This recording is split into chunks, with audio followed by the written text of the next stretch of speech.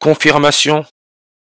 Confirmation, il y a confirmation que l'accident qui a eu lieu à Baltimore, Maryland, États-Unis, avec le Francis Scott Key, le pont qui a été percuté par un cargo, c'était bien un rituel satanique orchestré à travers les jésuites qui ont comme logo l'éclipse solaire totale, la couronne solaire, Corona. Nous sommes dans cette période coronavirus. Et quand on regarde bien les mises en scène de tous ces événements qui se passent à travers le monde, on peut clairement voir que l'on a affaire à des forces étrangères, aliens. C'est pour ça que la page Wikipédia du film, de la série de films Alien, nous donne 28 langues.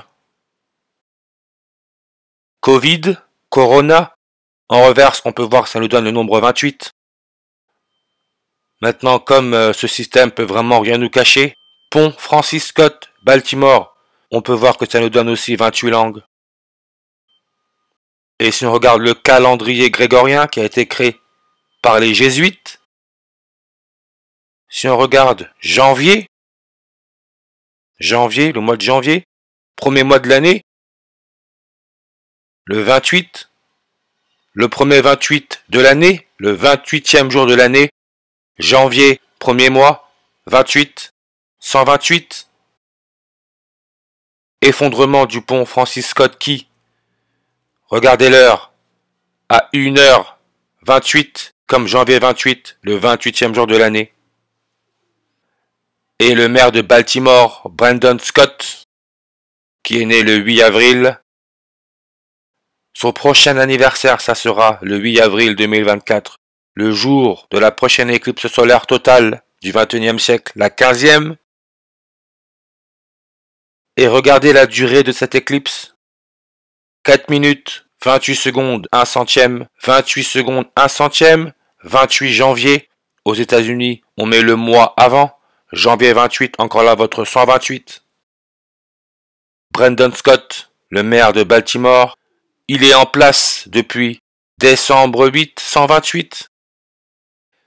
Et si on regarde, l'accident a eu lieu le 26 mars. 26 mars, la page Wikipédia, ça nous donne 197 langues, comme le 19 juillet. La prochaine éclipse solaire totale, qui aura lieu le 8 avril, le jour de l'anniversaire du maire de Baltimore. Si on regarde sa largeur maximum de la bande, on peut voir 197 km. 19 juillet. Encore une fois, aux États-Unis, ils mettent le mois avant, donc on a là notre juillet 19, 719. Le nombre 719, c'est le 128e nombre premier.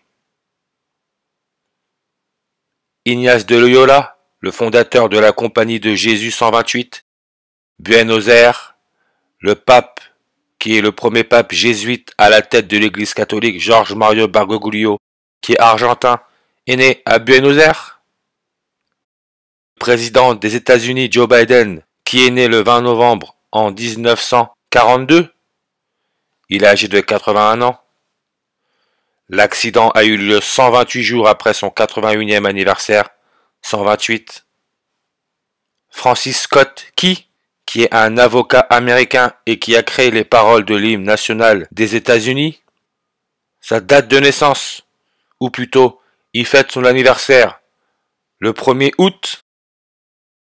Là encore, l'accident a eu lieu 128 jours avant son prochain anniversaire, 128 jours. Et l'élément chimique avec électronégativité 1,28, 128, c'est le plutonium.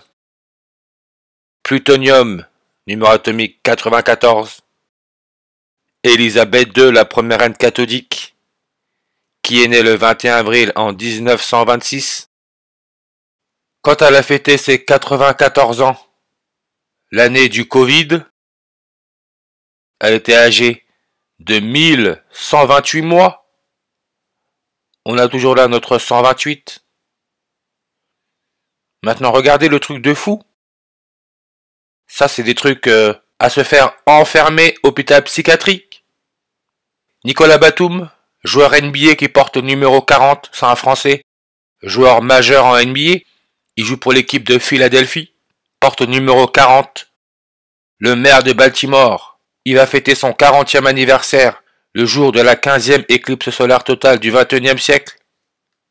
Nicolas Batum donne 40 en réduction. Regardez son salaire en 2023. 11,28 millions. Comme Elisabeth II, 94 ans, ça lui fait aussi 1128 mois. Nicolas Batum est né le 14 décembre.